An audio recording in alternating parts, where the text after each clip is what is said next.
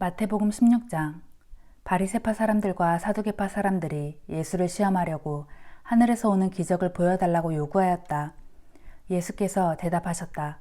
당신들은 저녁에 하늘이 붉은 것을 보면 내일 아침에는 날씨가 좋겠다고 하고, 아침에 하늘이 붉고 흐린 것을 보면 그날은 종일토록 날씨가 굳을 것이라고 예측하오.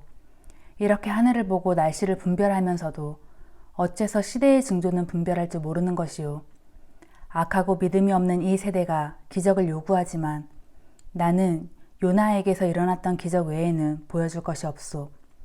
이 말을 하신 후 예수께서 그들을 남겨둔 채 떠나가셨다. 제자들은 갈릴리 호수 건너편으로 건너간 후에야 빵을 가져오는 것을 잊었다는 것을 알았다. 그때 예수께서 말씀하시길 정신을 차리고 바리새파 사람들과 사두개파 사람들의 누룩을 조심하라 하셨다. 제자들은 자기들이 빵을 가져오는 것을 잊어버렸기 때문에 예수께서 그런 말씀을 하시는 것이라고 생각하였다. 예수께서 제자들의 생각을 아시고 말씀하셨다. 믿음이 적은 자들아, 왜 먹을 것이 없다고 걱정하느냐? 너희가 아직도 깨닫지 못하느냐? 내가 빵 5덩어리로 5,000명이나 먹이지 않았느냐? 뿐만 아니라 다 먹고도 몇 광줄이나 남지 않았느냐?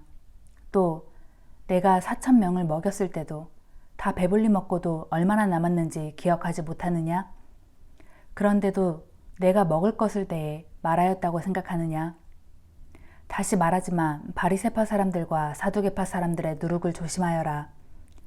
그제야 제자들은 예수께서 말씀하신 누룩이 바리새파와 사두개파 사람들의 잘못된 가르침을 뜻한다는 것을 깨달았다. 가이사라 빌립보 지방에 이르렀을 때 예수께서 제자들에게 물으셨다. 사람들이 인자를 누구라고 하더냐? 제자들이 대답하였다.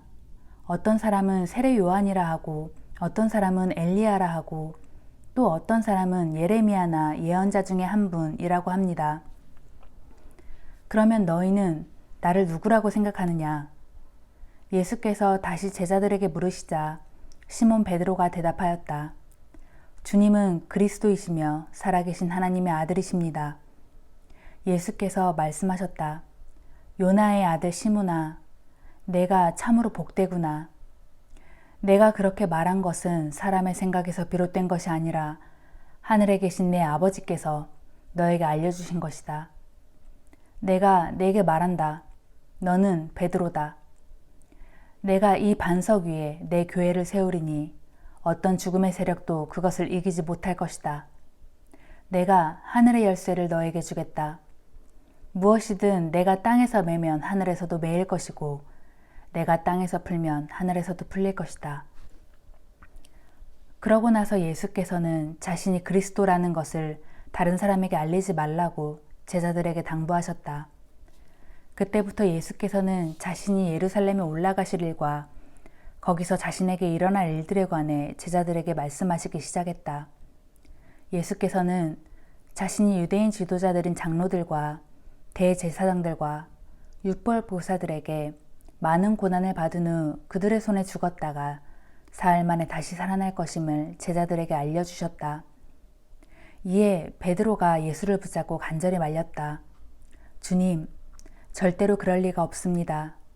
주님께 그런 일이 일어나서는 결코 안 됩니다. 그러자 예수께서 베드로를 돌아보시며 말씀하셨다. 사탄아, 내 뒤로 썩 물러가라. 너는 하나님의 일은 생각하지 않고 단지 사람의 일만 생각하는구나. 그런 다음 예수께서 제자들에게 말씀하셨다. 누구든지 나를 따르려거든 자기를 버리고 자기 십자가를 져야 한다. 누구든지 자기 목숨을 보존하려는 사람은 그 목숨을 잃을 것이요. 나를 위해 자기 목숨을 버리는 사람은 그 목숨을 얻을 것이다. 온 세상을 다 얻는다고 해도 자기 목숨을 잃어버리면 무슨 소용이 있겠느냐? 목숨의 가치를 무엇과 비교할 수 있겠느냐? 장차 인자가 아버지의 영광에 둘러싸여 자기 천사들을 거느리고 올 터인데 그때 인자는 각 사람이 행한 대로 갚아줄 것이다. 내가 진정으로 너희에게 말한다. 여기 서 있는 사람들 중에는 죽기 전에 인자가 자기 나라의 왕으로 오는 것을 볼 사람도 있을 것이다. 그리고 엿새 후 예수께서 베드로와 야고보와 그의 동생 요한을 따로 데리고 높은 산으로 올라가셨다. 그때 예수의 모습이 제자들이 보는 앞에서 변했다. 얼굴이 해와 같이 빛나고 옷이 빛과 같이 휘어졌다. 그리고 갑자기 모세와 엘리야가 나타나서 예수와 함께 이야기를 나누고 있었다. 그 광경을 보고 베드로가 말하였다. 주님, 여기 있으니 정말로 좋습니다. 주님이 원하신다면 제가 초막 세 채를 지어서 하나는 주께, 하나는 모세에게, 하나는 엘리야에게 드리겠습니다. 베드로의 말이 채 끝나기도 전에 빛나는 구름이 그들을 덮더니 구름 속에서 음성이 들려왔다. 이는 내가 사랑하고 내가 기뻐하는 내 아들이다. 너희는 그의 말을 들어라. 그 음성을 들은 제자들은 너무나 두려워서 얼굴을 땅에 대고 납작 엎드렸다.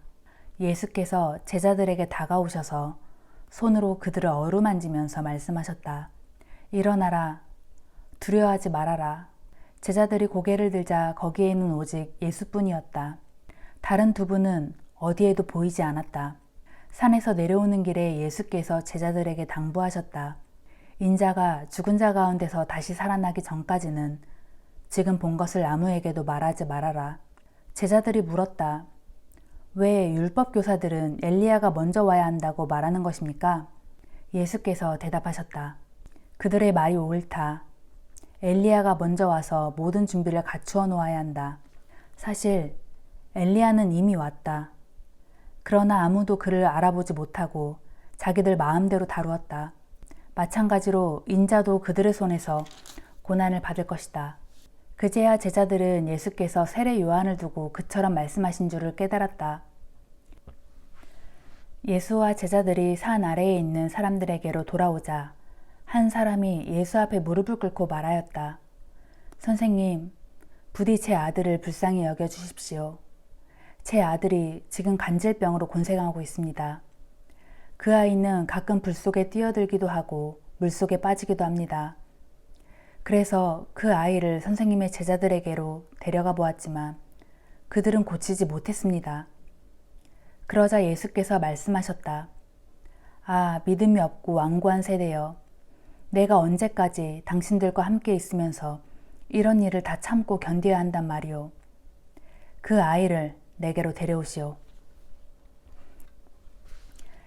그 아이를 예수 앞으로 데려왔을 때 예수께서 귀신을 꾸짖자 귀신이 그 아이에게서 떠났다. 그 순간 아이가 말끔히 나았다. 제자들이 조용히 예수께 따로 물었다.